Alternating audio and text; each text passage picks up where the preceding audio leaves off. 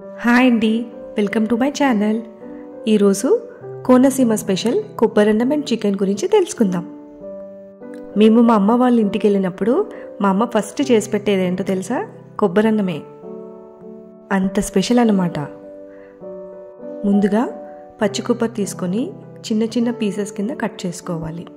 Cut చేసుకున్న తర్వాత వాటిని గ్రైండ్ చేసుకొని ఇలా కొబ్బరి పాలను మనం తీసుకోవాలన్నమాట.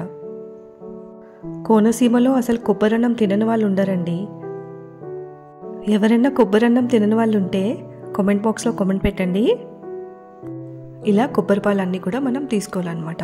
మనం ఒక గ్లాస్ బియ్యానికి 2 గ్లాసెస్ ఆఫ్ కొబ్బరి పాలు మనం తీసుకోవాలి.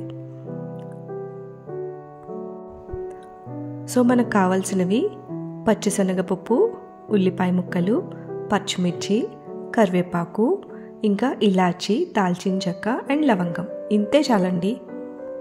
ముందుగా కడాయి పెట్టుకొని అందులో కొంచెం ఆయిల్ వేసుకొని ఈ మసాలా దినుసులన్నీ వేసేసుకోండి.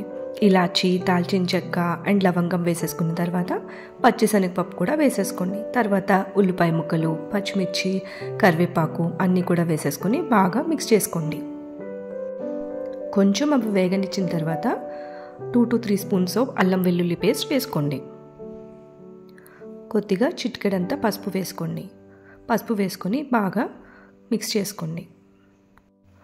ఇక్కడ గుర్తుపెట్టుకోండి, 1 గ్లాస్ బియ్యానికి 2 గ్లాసెస్ కొబ్బరి పాలు వేసుకోవాలన్నమాట. ఏదైనా మనం డబల్ వేసుకోవాలి కొబ్బరి పాలు. సో నేను ఇక్కడ 4 గ్లాసెస్ ఆఫ్ బియ్యం తీసుకున్నానండి. సో దానికి డబల్ 8 గ్లాసెస్ ఆఫ్ కొబ్బరి పాలు నేను యాడ్ చేసుకుంటున్నాను అనమాట. సో కొబ్బరి పాలు అన్నీ కూడా మీరు యాడ్ చేసేసుకోండి. ఇట్లా నేను కొబ్బరి పాలు అన్నీ కూడా యాడ్ చేసేసుకుంటున్నాను. కొబ్బరన్నం చికెన్ చాలా టేస్టీగా ఉంటుందండి. ఒకసారి తెలియని వాళ్ళు ఉంటే ఒకసారి చేసుకొని ట్రై చేయండి.